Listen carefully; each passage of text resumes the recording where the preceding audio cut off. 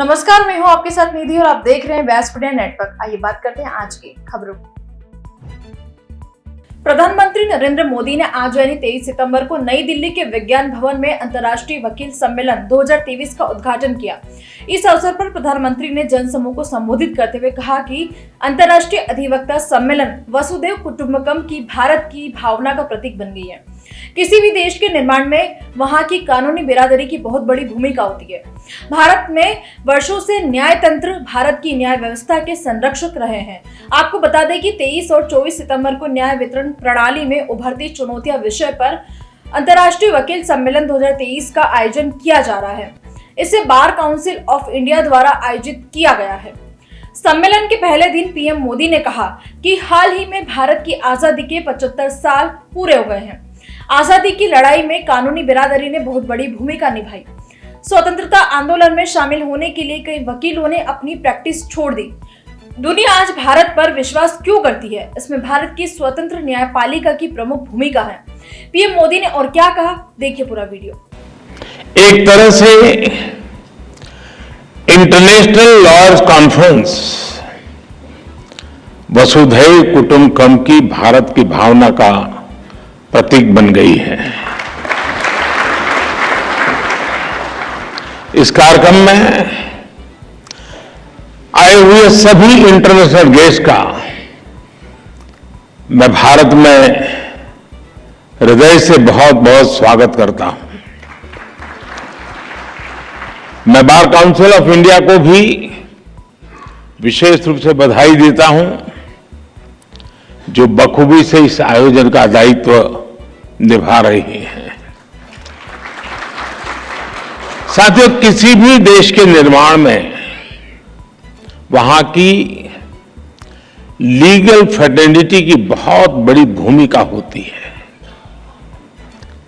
भारत में वर्षों से जुडिशरी और बार भारत की न्याय व्यवस्था के संरक्षक रहे हैं। हमारे जो विदेशी मेहमान यहां हैं, उनमें एक बात खास तौर पर बताना चाहता हूं। कुछ ही समय पहले भारत ने अपनी आजादी के 75 साल पूरे किए हैं और आजादी की इस लड़ाई में लीगल प्रोफेशनल्स की बहुत बड़ी भूमिका रही है।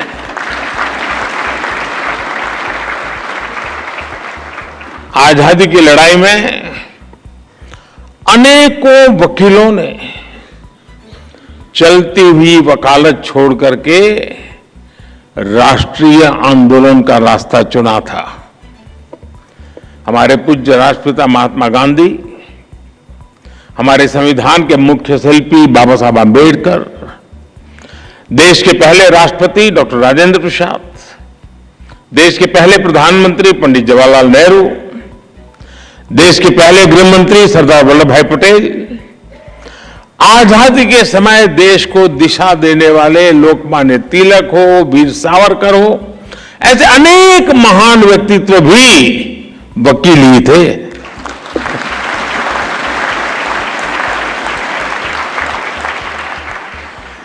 यानी लीगल प्रोफेशनल्स के अनुभव ने आजाद भारत की नींव को मजबूत करने का काम किया। और आज जब भारत के प्रति विश्व का जो भरोसा बढ़ रहा है, उसमें भी भारत की निष्पक्ष स्वतंत्र न्याय व्यवस्था की बड़ी भूमिका है।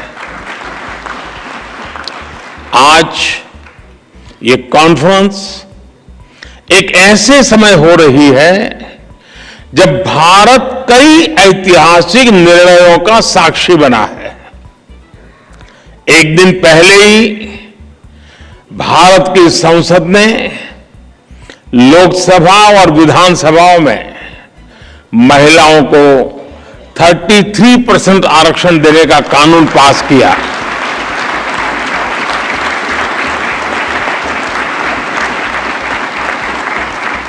नारी शक्ति बंधन कानून भारत में विमेन लेड डेवलपमेंट की नई दिशा देगा, नई ऊर्जा देगा।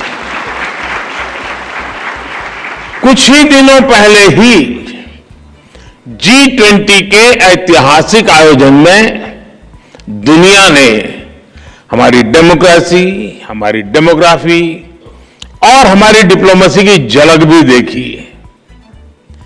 एक महीने पहले आज के ही दिन भारत चंद्रमा के साउथ पोल के समीप पहुंचने वाला दुनिया का पहला देश बन गया था।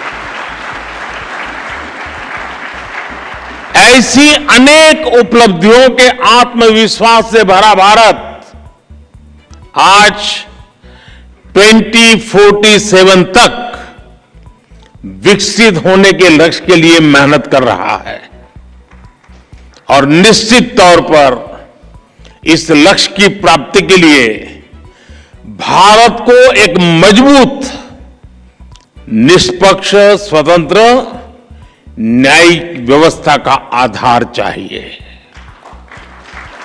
मुझे विश्वास है इंटरनेशनल लॉयर्स कॉन्फ्रेंस इस दिशा में भारत के लिए बहुत ही उपयोगी साबित होगा। मैं आशा करता हूं कि इस कॉन्फ्रेंस के दौरान सभी देश एक दूसरे की बेस्ट प्रैक्टिसेस से काफी कुछ सीख सकेंगे।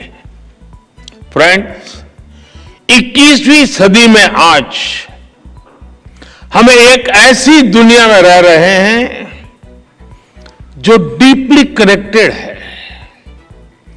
हर लीगल माइंड या इंस्टीट्यूशन अपने जुरिडिक्शन को लेकर बहुत सचेत है, लेकिन ऐसी कई ताकतें हैं जिनके खिलाफ हम लड़ रहे हैं, वो बॉर्डर्स या जुरिडिक्शंस की परवाह नहीं करती।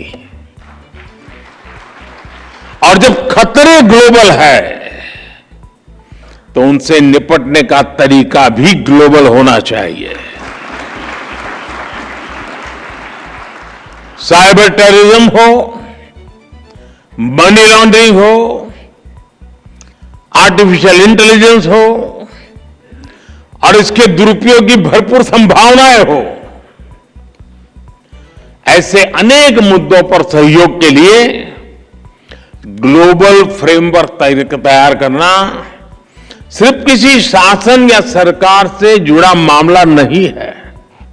इसके लिए अलग अलग देशों के लीगल फ्रेमवर्क को भी एक दूसरे से जुड़ना होगा। जैसे हम एयर ट्रैफिक कंट्रोल के लिए मिलकर काम करते हैं।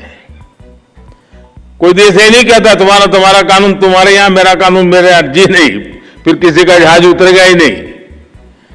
हर कोई common rules and regulations, protocols का पालन करता है।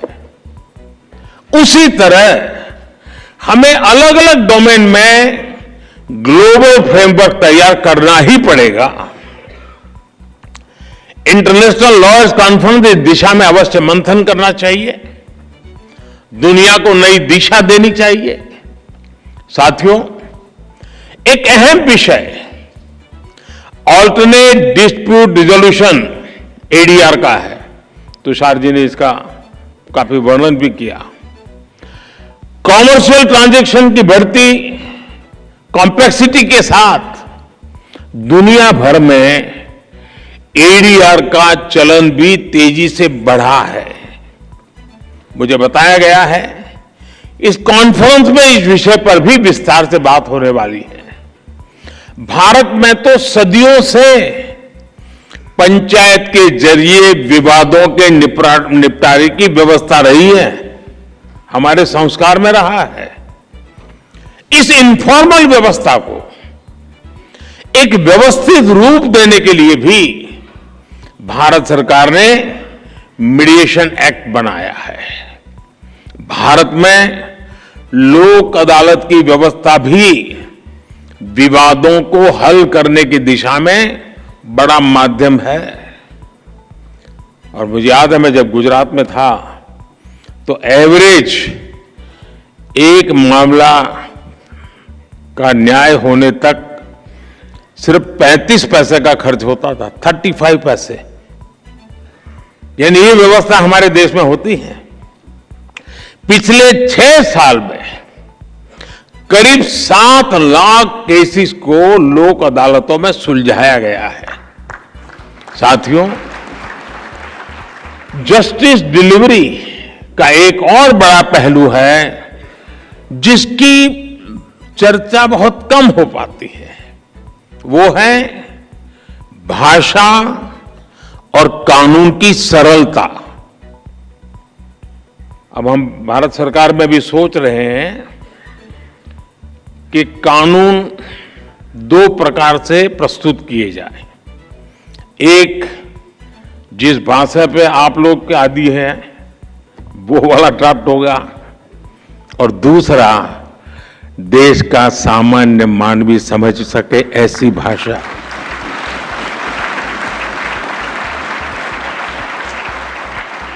उसको कानून भी अपना लगना चाहिए। हम कोशिश कर रहे हैं, मुझे भी सिस्टम भी उसी ढांचे में पली बढ़ी है तो उसको बाहर निकालते निकालते, लेकिन हो सकता है कि अभी मुझे काफी काम है, मेरे पास समय भी बहुत है, तो मैं करता रहूंगा।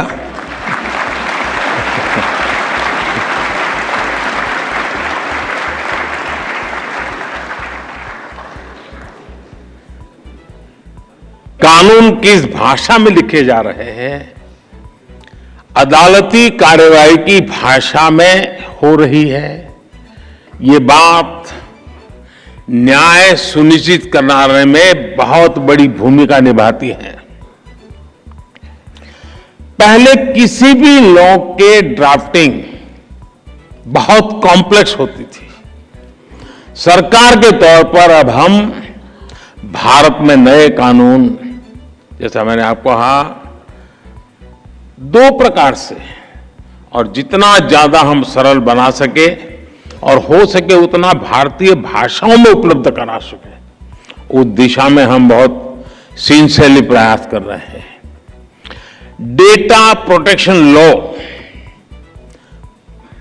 आपने देखा होगा, उसमें ये सिंप्लीफिकेशन का हमने एक पहली शुरुआत की है, और मैं पक्का मानता हूं कि सामान्य व्यक्ति को उस परिभाषा से सुविधा रहेगी।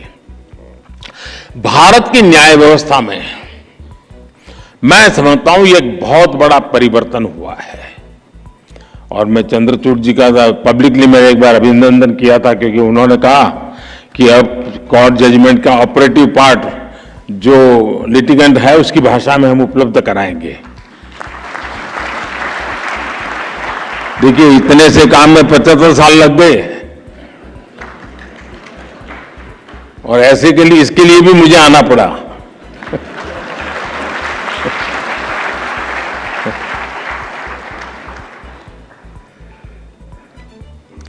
मैं भारत के सुप्रीम कोर्ट को इसके लिए बधाई दूंगा कि उसने अपने फैसलों को कई स्थानीय भाषाओं में भी अनुवाद करने की व्यवस्था की है। इससे भी भारत के सामान्य व्यक्ति को बहुत मदद मिलेगी। कोई पेशेंट हो ना, अगर डॉक्टर भी पेशेंट की भाषा में उसे बात करे तो आधी बीमारी यूं ही ठीक हो जाती है। बस यहां ये मामला बाकी है।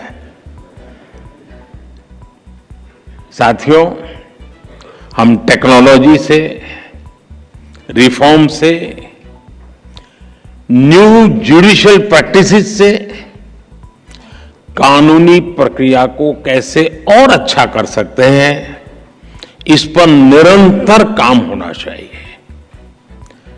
टेक्नोलॉजी एडवांसमेंट ने जुडिशरी सिस्टम के सामने बड़े एवेन्यूज बना दिए हैं।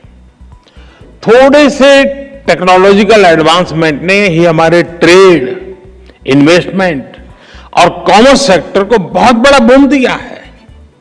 ऐसे में लीगल प्रोफेशनल से जुड़े लोगों को भी इस टेक्नोलॉजिकल रिफॉर्म से ज्यादा जुड़ना होगा।